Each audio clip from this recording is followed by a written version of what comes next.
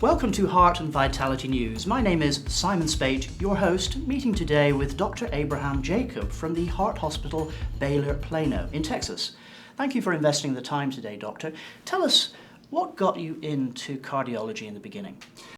Cardiology is a very cutting-edge type of a medicine where you can take care of patients that are in a life and death situation. It's very gratifying to help these people.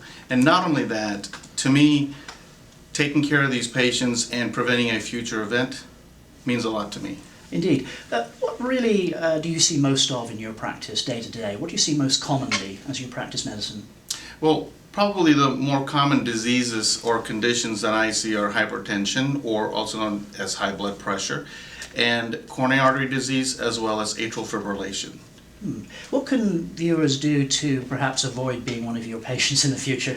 Well, probably, the way I would like to look at it, or I look at things, there are two types of risk factors. There are modifiable risk factors and non-modifiable risk factors. The fact that we're aging and our history of, as far as what our family has and disease processes, cannot be avoided. But there are modifiable risk factors such as eating healthy, not smoking or doing drugs, and minimizing your alcohol. These are some of the other risk factors that we can implement in our life. The other things are also taking care of your health by exercising more. So we're talking about like if you had a car and you didn't read the rule book and you didn't follow all the instructions on the service plan, are you putting together some sort of health service plan? Correct. I think it's a better way to, like a maintenance program, if you look at proper nutrition, a routine exercise, and avoiding some of these risk factors or high-risk behaviors, you can maintain a very sort of a healthy lifestyle. So, like many of the viewers, I'm getting up there in age, what should I really be doing in my personal lifestyle? What should I be changing and what should I be looking at? What factors? Well, one of the things that you can look at is, if you know your family history, that's a great start. Because if you have family history of high blood pressure, well, it's a great idea to go and check your blood pressure every so often, especially after turning 30 or 35 or in your mid-30s. The other things that you can do is also, if you have family history for heart attacks or high cholesterol, these are some of the things that you can also implement by getting a simple routine blood work that can tell you your cholesterol level. What is, typically, what do you define as high blood pressure? Well, the current definition is a stage 1 is 140 over 95. Oh my, so if you've got that kind of, you should be going to see your cardiologist, is that what you're saying to the audience? Yes, and you can start by sometimes going to your primary care physician, who may or may not treat that or refer you to a cardiologist, but you can definitely go to a cardiologist. Would the symptoms of high blood pressure be obvious? Would you be able to see them?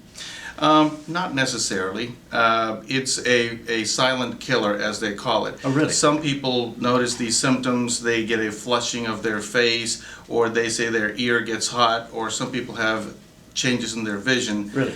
Typically, by then, it's already affecting you in a negative way. And there's another factor too, I think you touched on it earlier, bad cholesterol. There's good and bad cholesterol, isn't there? It's the bad stuff we've got to watch. How do you reduce that? Well, the bad cholesterol is more of, again, it can be defined by family history, because there are some conditions where it is a challenge to treat just with nutrition and exercise. So you will probably need some sort of a medicine, a cholesterol reducing medicine.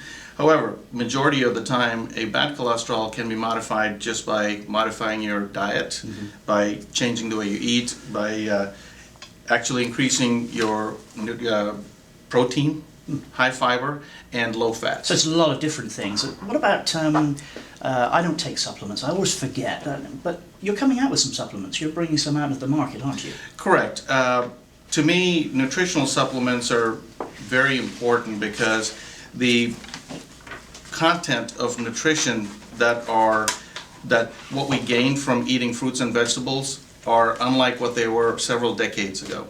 So to take a nutritional supplement is very important to balance out your nutrition. The two products that I'm coming out with are more geared towards weight loss and male enhancement. Oh, I see. Okay. up-and-coming medicine. Tell us about the videos you're going to be shooting. You're going to be doing some videos on health, heart, vitality, is that correct? That is correct. These are a series of videos that I'm going to bring up that can help your viewers understand their problems and seek proper health. Definitely, we can provide some of these programs for you on in our program.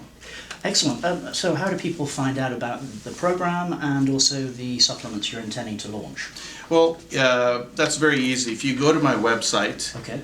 there's an easy way to navigate, and we'll get you to the right place. That should be coming up on the screen right now, so definitely visit that website if you're interested in a healthy heart.